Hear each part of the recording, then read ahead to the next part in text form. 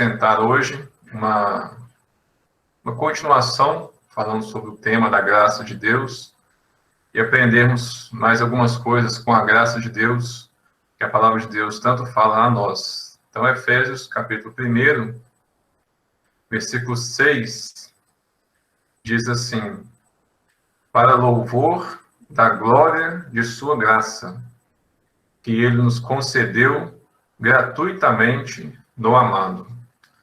Agora um outro versículo,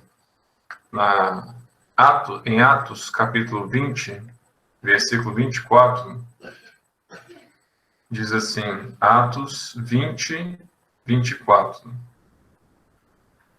Porém, nada considero a vida preciosa para mim mesmo, contanto que complete a minha carreira e o ministério que recebi do Senhor Jesus para testemunhar o Evangelho da graça de Deus. Agora mais um versículo, a carta aos Hebreus, capítulo 4, e versículo 16. Diz assim, Hebreus 4 e 16. Acheguemo-nos, portanto, confiadamente, junto ao trono da graça, a fim de recebermos misericórdia e acharmos graça para socorro em ocasião oportuna. Até aqui, o Senhor possa nos ajudar a, olhando para esses textos da palavra de Deus, apreciarmos e aprendermos com a sua graça maravilhosa, que é tema de louvor, que é tema de adoração, uma graça que é algo, como meditamos da outra vez, algo do tamanho de Deus, do ser de Deus, que emana até nós. Graça que é algo cujos efeitos são superiores aos efeitos que o pecado trouxe na vida e experiência do ser humano. Graça que é algo que é um conteúdo, que é uma matéria, é algo que nós vamos aprender para sempre. E nunca será esgotado o que a graça de Deus, como um Deus eterno, pôde dar-nos favor, pôde nos socorrer, nos atender. Temos aqui 3 expressões com a palavra graça envolvida. Nós temos aqui sobre a glória da sua graça, né, para louvor e glória da sua graça, algumas versões diz, mas aqui nós vamos destacar a glória da sua graça, que é Efésios 1 e verso 6. Vamos destacar o evangelho da graça, que é Atos 20 e 24, e vamos destacar também o trono da graça, em Hebreus 4 e 16. Quando escrevendo aos Efésios, uma linguagem até difícil, né? A carta aos Efésios, uma carta muito profunda, que tem o assunto do capítulo 1, algo muito profundo sobre o propósito de Deus de salvar através do Senhor Jesus Cristo. Fala de eleição, fala da sua graça, do seu louvor, da sua glória, do seu prazer. E muitas palavras ali, podemos dizer, do ponto de vista poético, bonitas, usadas ali em Efésios capítulo 1. E a glória da sua graça, a glória de Deus envolvida aqui nesse favor de nos ajudar, salta aos nossos olhos aqui como algo difícil, algo que é majestoso, um esplendor, uma beleza muito grande, mas ao mesmo tempo a glória de Deus não é algo simples de nós explicarmos. Descrever a glória de Deus já é alguma coisa já tentado fazer anteriormente, profetas e santos do passado, onde eles tentaram descrever a glória de Deus, falar sobre a glória da majestade, do trono, da pessoa de Deus. Isaías viu o Senhor, falou sobre a glória dele. Os discípulos, vendo o Senhor Jesus Cristo, até muito tempo depois, João pôde falar no seu evangelho, vimos a sua glória. Pedro fala na sua carta sobre a glória que foi aquele momento do Monte da Transfiguração. João, quando viu a sua glória no Apocalipse, capítulo 1, ele caiu por terra. Tal era a visão esplêndida da glória do Senhor Jesus Cristo. Paulo, quando foi arrebatado ao terceiro céu, ouvindo coisas inefáveis, coisas tão grandiosas, ele não tinha palavras para descrever a glória que ali foi revelada a ele. Então, quem seria eu, quem sou eu, para conseguir descrever a glória de Deus? Mas algo que a palavra de Deus pode nos dar uma indicação sobre esse aspecto da glória de Deus na face desse assunto da graça de Deus, foi um pedido que Moisés fez lá no livro de Êxodo, quando Moisés pede ao Senhor algo. E esse pedido que Moisés fez ao Senhor foi: Senhor, rogo-te que me mostres a tua glória.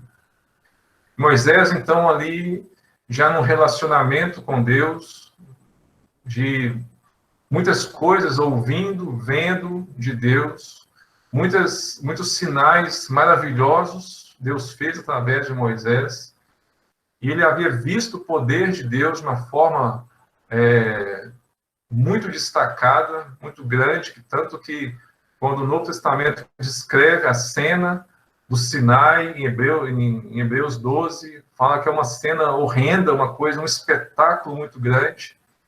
Mas Moisés, acostumado, podemos dizer, com a grandeza de Deus, ele faz esse pedido para Deus: rogo-te que me mostres a tua glória. E qual foi a resposta de Deus?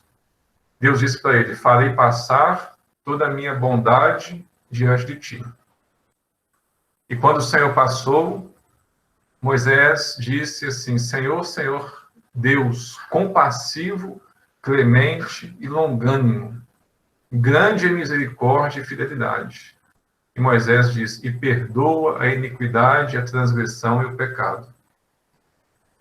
Olha aqui que resposta a esse pedido. Senhor, me mostra a tua glória. E Deus faz passar a sua bondade. E Moisés compreende que a face, que o caráter de Deus, que a disposição de Deus é de ser compassivo, de ser clemente, de ser longânimo, de perdoar o pecado, de perdoar a transgressão. E aqui a gente pode ter uma indicação da glória de Deus como sendo essa disposição dele de nos perdoar. O salmista, quando escrevendo sobre a salvação, ele diz assim, no Salmo 21:5, grande lhe é a glória da tua salvação e de esplendor e de majestade te sobrevestiste. O Senhor Jesus Cristo, falando para aquelas irmãs que tinham perdido seu irmão, em João capítulo 11, ele fala: eu te disse que se creres, verás a glória de Deus. Então, a glória de Deus, a glória da graça de Deus, nós podemos pensar que é aquela disposição do Deus eterno de olhar para o ser humano caído, miserável, e ter disposição em perdoar, disposição em apagar o pecado, disposição em aceitar o ser humano pecador na sua presença, caminhando com ele. Ainda que os homens de Deus, ainda que os servos do Antigo e do Novo Testamento alcançaram um lugar na presença de Deus, pela graça de Deus, eles continuaram pecadores. Ninguém nunca deixou de pecar enquanto existiu nesse mundo. Agora, a graça de Deus é aceitar o ser humano na sua presença, sendo este ainda um pecador. Embora o seu pecado foi levado, o seu pecado foi perdoado, mas o Deus eterno tem essa disposição. A glória da graça de Deus, a de sua disposição em socorrer, em atender a necessidade do pecador. E dessa forma, com essa linha de raciocínio, Romanos 3:23 fica um pouco mais claro para nós. Um versículo tão conhecido, quando ali diz: pois todos pecaram e carecem do quê? Pois todos pecaram e carecem da glória de Deus. Pois todos pecaram e carecem da disposição de Deus em atender a nossa necessidade por causa do nosso pecado. Essa essa face da glória, da graça de Deus, em mesmo sendo santo, mesmo sendo justo, mesmo não tendo prazer nenhum no pecado, ele se inclinar na nossa necessidade e nos dar conforme necessitamos, não conforme merecemos. Paulo, quando escreveu também sobre a glória de Deus, ele disse para conhecer a glória de Deus na face de Cristo. Então, a glória de Deus foi evidenciada na face de Cristo, aquele que sofreu por nós, aquele que é a expressão prática do amor de Deus. Deus enviou o seu Filho ao mundo. O amor de Deus sendo evidenciado a nós, pecadores perdidos. Então, a glória da sua graça, podemos pensar que é essa disposição de Deus em perdoar. Agora, tirando uma lição também para nós que temos crido no Senhor Jesus Cristo, e a palavra de Deus fala que Deus quer a nossa semelhança com Ele, Deus quer a nossa transformação do nosso caráter para nós podermos ser mais parecidos com Ele. Nós também precisamos refletir isso. E o salmista, o salmista não, foi em Provérbios, onde que diz que a glória do homem é perdoar as injúrias. A glória do homem é perdoar o pecado do outro. É perdoar, tem até uma versão que diz que é passar sobre o pecado do outro. Uma semelhança nossa com Deus, a quem tem sido trabalhado na graça de Deus, quem tem experimentado essa glória da graça de Deus, é uma pessoa que também tem experimentado o que é perdoar. Porque assim como a glória de Deus, a glória da graça de Deus é perdoar, é uma glória, é uma grandeza, nós podemos perdoar. O perdão, ele é algo que atinge o nosso ego, que atinge a nossa vaidade, que atinge o nosso orgulho. Porque quando nós somos ofendidos, quando nós somos prejudicados, a nosso senso de justiça, nosso senso de dignidade, ele liga e nós logo percebemos que não merecíamos aquela ofensa, não merecíamos aquela situação, então queremos revidar algo, queremos justiça, queremos fazer algo para que aquilo não está errado de ter aquilo acontecido. Mas perdoar é permitir que essa glória de Deus seja trabalhado no nosso caráter. Porque aí nós vamos perceber que a graça de Deus, ela vai trabalhar no nosso íntimo e mostrar que nós não devemos cultivar a nossa vaidade, o nosso ego, o nosso orgulho. Pelo contrário, assim como Deus, santo, eterno, justo, sem pecado, muito acima de todos nós, assim como Ele perdoou, quem sou eu para, quando ofendido, recusar perdão? Será que estou eu acima de Deus? Será que estou eu numa posição de tamanho orgulho, num trono de tamanha vaidade, que possa eu recusar o perdão a alguém? Mas não. Nós aprendemos, que pela graça de Deus, pela glória da sua graça, temos sido salvos, nós aprendemos que a glória da graça de Deus foi termos alcançado o perdão.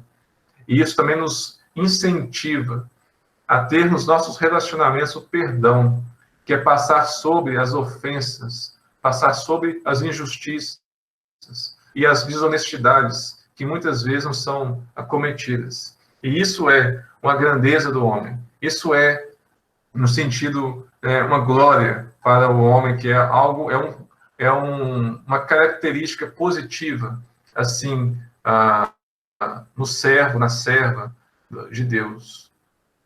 Temos um outro versículo bem interessante sobre a graça, que de Cristo, que é um versículo também conhecido em 2 Coríntios 8 e 9, onde diz que, pois vocês conhecem a graça de nosso Senhor Jesus Cristo, que sendo rico, se fez pobre por amor de vocês, para que por meio da sua pobreza, vocês se tornassem ricos. Então, se a glória de Deus, a glória da sua graça, foi a sua disposição em perdoar, a glória da graça de Cristo foi a sua disposição de se rebaixar, de descer do trono, descer do céu, daquela glória que ele tinha junto com o Pai antes que houvesse mundo. A graça do Senhor Jesus Cristo, que era rico e se fez pobre.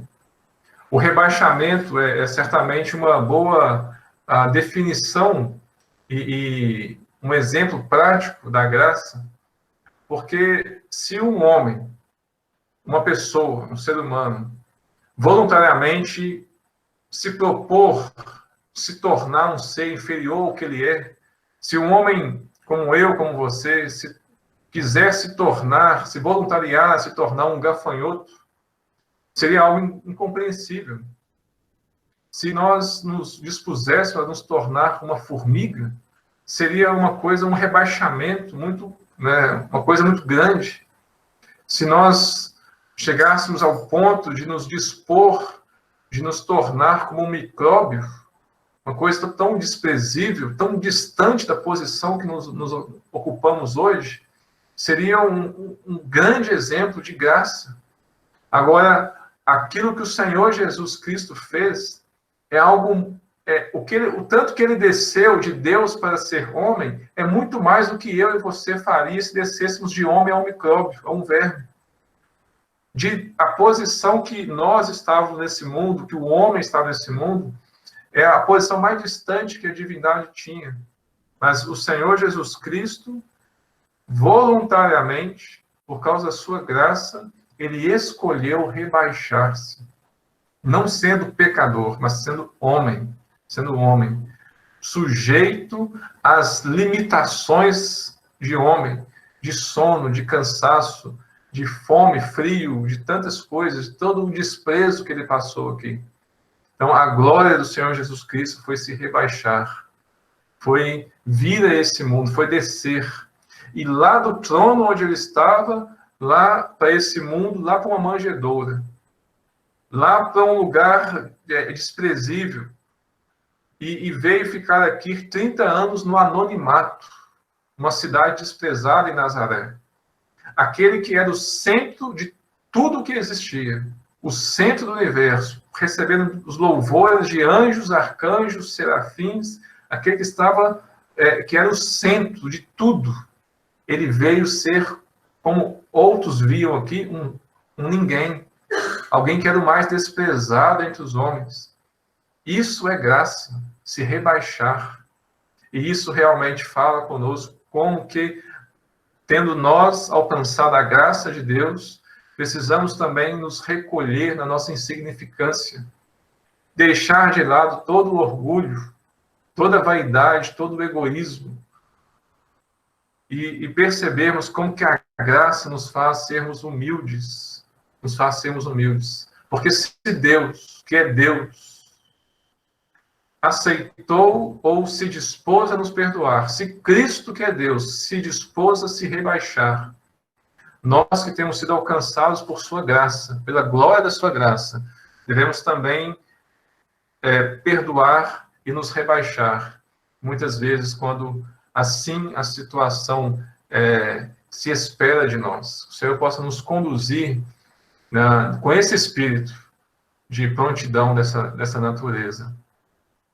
O segundo texto que nós lemos fala já de um outro assunto, fala Atos 20 e 24, eu quero destacar essa expressão do Evangelho, da graça de Deus. Paulo está falando ali que ele ama tanto o Evangelho, muitas vezes ele chamou do Evangelho como o meu Evangelho, que ele não considerava a sua vida preciosa para ele mesmo, contanto que ele completasse a sua carreira, completasse a sua missão nesse mundo de servo de Cristo, salvo por Cristo, para testemunhar do Evangelho da graça de Deus. O Evangelho, a palavra Evangelho na Bíblia significa boas novas, boas notícias de salvação. O Evangelho, a palavra Evangelho muitas vezes aparece só falando sobre o Evangelho, que são as boas novas de Cristo para a salvação, mas muitas vezes também aparece uma palavra acompanhada do Evangelho. Por exemplo, aqui aparece o Evangelho da graça de Deus. Em alguns textos fala sobre o Evangelho da glória de Cristo. Em outro texto fala sobre o Evangelho da glória de Deus. E em cada aparição da palavra Evangelho, acompanhada de uma outra palavra, vai destacar alguma verdade do conteúdo do Evangelho. Então, o Evangelho, a mensagem das boas novas, da salvação oferecida através do Senhor Jesus Cristo, tem muito conteúdo, tem muito ensinamento, é doutrinário, muita coisa que está envolvida no assunto do Evangelho. Eu escrevi aqui 10 vezes que a palavra Evangelho aparece acompanhado de uma outra palavra que vai descrever um detalhe do Evangelho. Fora essa da graça e da glória, que eu mencionei aqui, aparece, por exemplo, o Evangelho do Reino, ou o Evangelho do Reino de Deus. Aparece também o Evangelho de Jesus Cristo, Filho de Deus, ou o Evangelho do seu Filho, ou somente o Evangelho de Cristo, enfatizando a pessoa de Cristo. A pessoa de Cristo é central no Evangelho. Cristo é central no Evangelho. Aparece também a palavra Evangelho como sendo o Evangelho de Deus. Muitas ocorrências para o Evangelho de Deus, apresentando que essa mensagem, ela veio de Deus. Ela é divina, veio do céu. Aparece também a palavra Evangelho acompanhada da palavra paz, o Evangelho da paz. Porque o Evangelho, aquele que encontra, que é salvo pelo Evangelho, ele encontra paz. Onde que nenhum outro lugar no mundo vai encontrar, a não ser no Evangelho de Cristo, que se encontra paz. Temos também o nome completo do Senhor Jesus Cristo associado ao Evangelho, que é o Evangelho do Senhor Jesus Cristo. Uma das referências traz essa expressão. Temos também o Evangelho da promessa, porque o Evangelho traz promessas. Promessas não são uma coisa que talvez vai acontecer, são coisas concretas, coisas reais, coisas firmadas na promessa, na palavra, na dignidade de Deus em cumprir aquilo que prometeu. Então, o Evangelho tem o selo de Deus nas suas promessas, na sua palavra, então vai acontecer realmente como o Evangelho propõe, como está no conteúdo do Evangelho. Tem uma expressão do Evangelho da incircuncisão, quando Paulo fala que ele seria mais direcionado para pregar para aqueles que não eram do povo de Israel, ele iria para os gentios. Tem o Evangelho da vossa salvação, apresentando que o Evangelho ele traz salvação ao ser humano que nele crê. Tem um outro texto que fala sobre o Evangelho das insondáveis riquezas de Cristo, e é muito bonito essa expressão, porque a pessoa de Cristo, a sua beleza, a sua grandeza e tantos detalhes sobre o caráter de Cristo vão ser revelados no Evangelho. Então, vai falar com tantos detalhes da preciosidade da pessoa do Senhor Jesus Cristo, as suas riquezas insondáveis e incompreensíveis. E também vai falar sobre o Evangelho eterno, não algo passageiro, mas uma coisa sólida para a eternidade. Todas essas expressões que acompanham a palavra Evangelho destacam algo do Evangelho. Fora outras coisas que não vai haver ali a palavra Evangelho, mas vai descrever alguma coisa. Por exemplo, a carta aos Romanos, a carta aos Gálatas, ensinando alguma coisa sobre o Evangelho. Pedro, quando terminou a sua carta, ele escreve, terminando a sua primeira carta, ele disse: esta é genuinamente a graça de Deus. Ele estava explicando muitas coisas sobre o Evangelho, sobre a vida com Deus, pela graça de Deus. Ele fala: esta é a genuína graça de Deus. E o Evangelho da graça é o Evangelho, é aquela face do Evangelho que propõe, primeiramente, a benevolência, o socorro de Deus a nós. A graça é porque nós não merecíamos. O evangelho da graça é porque Deus olhou para nós e ele viu com desprezo a nossa situação. Ele viu a nossa miséria e fala, aqueles ali não merecem. Mas o evangelho da graça é essa disposição de Deus de atender esse ser caído e arruinado. Não teve alguma coisa em Deus que Deus falasse assim que provocasse uma reação prazerosa de Deus na nossa situação. Pelo contrário, Deus viu e viu o nosso imerecimento. E isso é a face do evangelho. Deus olhou para o nosso imerecimento. E Deus falou, eu vou agir. Eu vou atender a necessidade desse ser caído que é o ser humano. O evangelho da graça, em segundo lugar, ele fala também sobre a sua gratuidade. Não tem preço. Se alguém está cobrando por aí a salvação de almas, se alguém está achando também que pode pagar pela salvação da sua alma, está enganado. Porque o evangelho é o evangelho da graça. O evangelho que Deus não cobra um preço no sentido para salvar uma pessoa. Não tem preço, não tem algo para nos salvar, que nós poderíamos dar em troca. Cessaria a tentativa, não teria como pagar pela nossa salvação. Romanos 13, 24 fala que nós somos justificados gratuitamente por sua graça, pela redenção que há em Cristo Jesus. Porque Romanos mesmo disse, porque se é por graça, não é pelas obras. De outra maneira, a graça já não seria graça. Mas é pela graça, é pelo favor, pelo presente dado, oferecido por Deus. Então, o evangelho da graça tem esse conteúdo da inclinação benevolente de Deus e esse aspecto gratuito, que não tem um preço em contrapartida da nossa salvação para a salvação. Não há esse preço. Então, o evangelho vai falar sobre isso. Mas, particularmente, a gente fica preocupado quando alguém apresenta um evangelho que não estão nos termos do evangelho. E hoje, nesses dias de confinamento, nesses dias em que as pessoas estão ficando muito em casa, então eles estão expostos a muito conteúdo na internet, é necessário ter cuidado com aquilo que nós ouvimos. Porque tem sido espalhado um evangelho que não é o evangelho da Bíblia. E muitas vezes isso chega de uma forma muito mascarada para nós. Quando aquelas igrejas da região da Galácia estavam se afastando do verdadeiro evangelho, do evangelho que eles receberam, Paulo escreveu aquela carta guiada por Deus para orientá-los para eles voltarem para o evangelho da graça de Deus, o evangelho que fala tem Cristo no centro, que não tem um mérito, um merecimento do ser humano, mas pelo contrário, é somente pelo favor imerecido de Deus. Por exemplo, há um falso evangelho, um outro evangelho que não é outro, mas um outro evangelho chamado evangelho da prosperidade, ou não é chamado, mas o seu conteúdo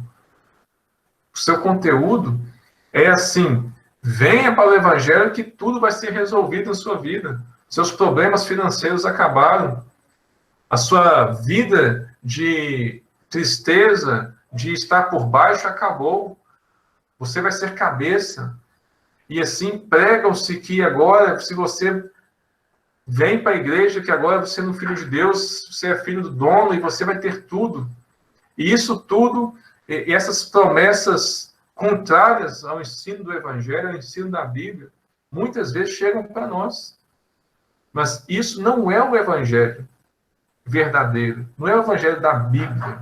Esse é um evangelho que oferece ao ser humano uma melhoria da sua qualidade de vida nesse mundo. O evangelho da prosperidade.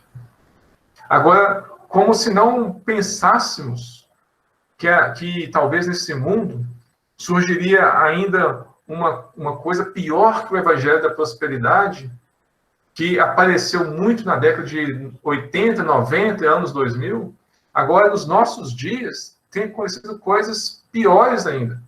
Tem surgido, e nos vídeos e tantas coisas na internet, um evangelho humanizado.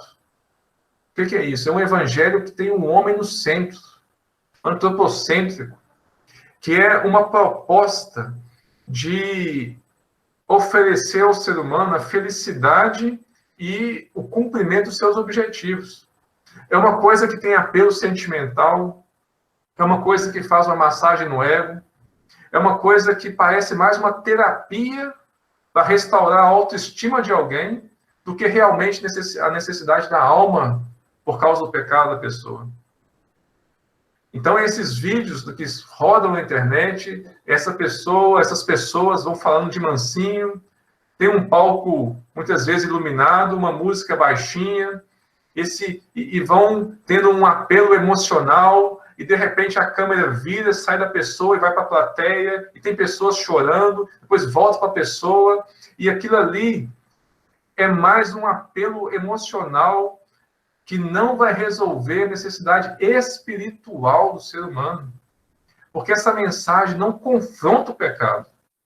Porque o evangelho vai confrontar o pecado da pessoa. O pecado te leva para o inferno, te leva para a condenação do inferno, do lago de fogo. O seu pecado que você ama te afasta de Deus. O evangelho traz essa mensagem que fala de necessidade de arrependimento, de convicção de pecado, de convicção de miséria, para a pessoa odiar o pecado e se voltar para Cristo, que é o Salvador. Mas esse evangelho humanizado, sentimental, falando sobre, ainda mais nesses dias, de tanta doença emocional, pessoas depressivas, pessoas trancadas em casa, com medo de tanta coisa, pessoas com a área sentimental já abalada, e vem essa mensagenzinha que fala de Deus, que fala do amor de Deus, e isso tudo é só para jogar a pessoa um pouco para cima, para dar um alto astral, mas não é isso que o ser humano precisa. O ser humano precisa de arrepender-se e crer no Senhor Jesus Cristo, arrepender do seu pecado e entregar-se a Cristo. A pessoa não precisa de um alto astral para viver simplesmente, mas precisa de Cristo para a sua salvação.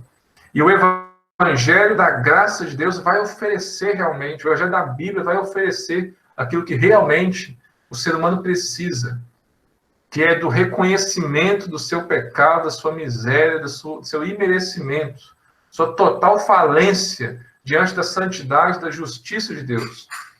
E olhar para o Senhor Jesus Cristo, aquele que se rebaixou, aquele que sendo Deus, sendo rico, se fez pobre, para morrer numa cruz, para poder morrer ali pelo nosso pecado, pela nossa miséria, e assim poder nos dar a salvação. Esse é o evangelho da graça de Deus, que quer dar não apenas algum sorriso num rosto abatido, mas quer dar a salvação para uma alma aflita, vazia de Deus. Esse é o evangelho da graça de Deus. E podemos pensar, para aqueles que já são salvos, essa expressão agora o evangelho da graça de Deus nos ensina, em primeiro lugar, sermos humildes, mais uma vez, porque nós somos salvos, não é porque nós merecíamos, mas por causa da graça de Deus. O livro de Apocalipse vai falar sobre pessoas aquela multidão que está no céu, né, de toda tribo, língua, povo, nação, aquela multidão de pessoas salvas, e elas têm um cântico nos lábios. E o cântico delas é: digno é o Cordeiro, que foi morto e com seu sangue nos comprou, nos salvou. Aquela multidão no céu, que vai estar no céu, eles vão estar ali não com algum orgulho ou sentimento de merecimento, mas eles vão estar ali e vão olhar para Cristo e falar: foi Ele. Foi por causa dele que eu estou aqui. Não é porque eu mereci estar aqui, é por causa dele, é a sua graça. Porque a graça de Deus nos mantém humildes, porque nós não merecíamos isso. E mais uma vez, o evangelho da graça nos ensina também a fidelidade, porque nós precisamos pregar o evangelho da Bíblia, o evangelho que confronta o pecado e que oferece Cristo ao pecador arrependido. Essa é o evangelho da graça de Deus. Mas a graça de Deus tem tantos ensinos, tantas faces. Falamos sobre a glória da sua graça, que é a questão de Deus ter disposição em perdoar, de Cristo se rebaixar. Falamos agora do Evangelho da graça de Deus. Agora vamos passar para o terceiro versículo nosso, que vai falar sobre o trono da graça. E ali a carta aos Hebreus vai falar para nós, agora salvos, agora já pessoas salvas, pessoas que já foram até Cristo, que aproveitaram-se da glória da graça de Deus e do Evangelho da graça de Deus. Agora diz para eles, para nós, irmãos, irmãs, acheguemo-nos, portanto, confiadamente junto ao trono da graça, a fim de recebermos misericórdia, acharmos graça para socorro em ocasião oportuna, Hebreus 4,16. A pessoa agora salva, ela não está agora lá do lado de fora do palácio, ela está na presença de Deus. Houve um tempo que estávamos longe de Deus, mas a graça, a glória da graça, o Evangelho da graça nos introduziu pelos muros. Entramos no portão, subimos aquelas escadas e entramos na antessala e entramos no trono da graça. Na presença do Rei, na presença de Cristo. Não estamos fora, estamos dentro. Estamos dentro. E agora ali diante do trono da graça de Deus. Ali estamos para alcançar o quê? Misericórdia. Quem chega diante do trono da graça é o pecador que já está salvo, mas ele está precisando da misericórdia de Deus. É porque ele pecou. É porque ele sente as suas falhas. Quem vai buscar a misericórdia de Deus é porque sabe que ele merece algo contrário daquilo. O trono da graça de Deus não é para alguém que se julga certinho na sua vida cristã, que se julga talvez em condição de andar e caminhar por si só. Mas é o crente que está tão convicto da sua pequenez, ele está tão convicto de como ele é pequeno, e como ele erra, como ele falha, ele vai ao trono de graça para receber não justiça, para receber não o que ele merece. Ele vai ao trono da graça para receber o que ele não merece. Ele vai ao trono da graça para receber misericórdia. E ali quem está sentado no trono não é um tirano, não é um imperador vaidoso, prepotente, insensível,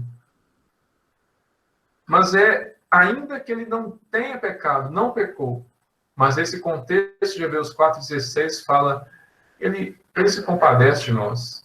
Nós não temos um sumo sacerdote que não possa se compadecer de nós. Ele foi pecado em todas as coisas, mas sem pecado, mas ele conhece as nossas fraquezas. E a palavra fraqueza aparece ali. E nós levamos ao trono da graça não a nossa justiça, não os nossos acertos, as nossas fraquezas, as nossas falhas, o nosso pedido de socorro. Levamos ao trono da graça aquilo que nós vemos em nós e em nós não tem recurso para vencer aquilo. Mas a graça, o trono da graça, nós somos fortalecidos para vencer a nossa fraqueza, o nosso pecado, as nossas necessidades serem supridas no trono da graça. Chega ali o filho que desobedeceu e encontra perdão. Chega ali o servo que falhou e encontra conforto. Porque ali é o lugar do abatido, do contrito. Ali o aflito vai receber alívio. O cansado vai ser fortalecido. O abatido vai ser fortalecido. Ali aquele que está desesperado vai encontrar consolo diante do trono da graça de Deus. A posição do Senhor Jesus Cristo ela é evidenciada nesse versículo, porque a sua posição é uma posição de intercessão, de pedir por nós. Ele desceu ao mundo para nos salvar. Ele sentou no trono para nos proteger, para interceder por nós. Ele está ali intercedendo. Romanos 8:34 fala: quem nos condenará? É Cristo quem morreu, ou melhor, quem ressuscitou e está à direita de Deus e também intercede por nós. Pede por nós. Suplica por nós. atende-nos quando pedimos. Hebreus 7, 25, quando diz: por isso também pode salvar totalmente os que por ele se aproximam de Deus, vivendo sempre para interceder por eles. O Senhor Jesus Cristo intercedeu até pelos transgressores na cruz. Isaías diz que ele intercedeu pelos transgressores, por aqueles que o matavam ali naquele momento. Pai, perdoa-lhes, porque não sabem o que fazem. Agora ele está intercedendo por aqueles que ele salvou, porque ele salvou de uma forma completa. Ele salvou de uma forma perfeita. Ele pagou pelo preço que era o nosso pecado. Então nós contamos com a advocacia de Cristo, com a simpatia de Cristo, com a sua compreensão, ainda que ele não tenha pecado, ele compreende nossa fraqueza. Quantas vezes nós, que somos tão cheios de fraquezas, não compreendemos a fraqueza do outro? Não poderia ser assim. Aquele que é sem pecado compreende nossa fraqueza. Por que sermos duros com o outro, com o pecado, com a falha do outro? Sendo que nem Cristo é assim conosco. Ele compadece das nossas fraquezas. E isso faz nós termos confiança e dependência de Deus, de Cristo, e recorrermos ao trono. E aqui diz o versículo: para acharmos graça, para socorro em ocasião oportuna. Ocasião oportuna, alguém disse que as palavras no grego significam literalmente na hora H. É uma expressão, é um coloquialismo, uma expressão idiomática que vai descrever exatamente isso, para que alcancemos graça e socorro na hora H. Do tamanho que eu preciso, na hora que eu preciso, quando eu preciso, eu chego no trono da graça e ali eu recebo. Naquele momento que eu precisei. Eu não precisei entrar no meu quarto e orar se eu estou andando pela rua, lá na cidade, lá no trabalho, lá na escola, em qualquer lugar, apareceu a necessidade. Naquela hora H, eu chego no trono da graça, eu tenho na medida certa a graça para vencer, a graça para ser socorrido naquele momento, quando o trono da graça ele é alcançado, o pedido de socorro vai e vem com a graça naquela hora precisa que nós precisávamos. Essa é o trono da graça, disponível a todo aquele que recebeu o perdão de Deus através do Evangelho da Graça. Agora ele tem o trono da graça disponível para todas as suas necessidades. E a graça vai suprir. Que o Senhor possa nos conduzir em apreciação à sua graça. Porque o nosso Deus, a sua graça, ela é gloriosa. Porque Deus se dispôs em nos perdoar. Porque a graça de Cristo, a sua glória, a sua graça, foi se rebaixar. Ele veio para nos salvar. E isso foi evidenciado pelo Evangelho da Graça, que fala que ainda que não merecemos e não precisamos de pagar nada por nossa salvação, ele nos salvou por sua graça, por seu favor. Pela graça sois salvos, mediante a fé. Isso não vem de vós, não veio do seu bolso, do seu coração, que você acha bonzinho ou que eu achei bonzinho. Isso vem de Deus, não vem de obras para que ninguém se glorie. Foi pela graça de Deus. E agora Deus, ainda como se não bastasse tamanha graça já a nós dada em Cristo Jesus, ele nos oferece o trono da graça para alcançarmos socorro em toda necessidade. Que nesse mundo, que o Senhor Jesus Cristo disse que era de aflição, de tribulação, de perseguição, que poderíamos sujar os nossos pés, mas tem um trono da graça para recorrermos. E ele não é um tirano insensível, ele é um Senhor compassivo para nos atender em todas as nossas necessidades que aqui nós tivemos como seu povo, amado e cuidado por Deus. Esse é o Deus de toda graça. Amém.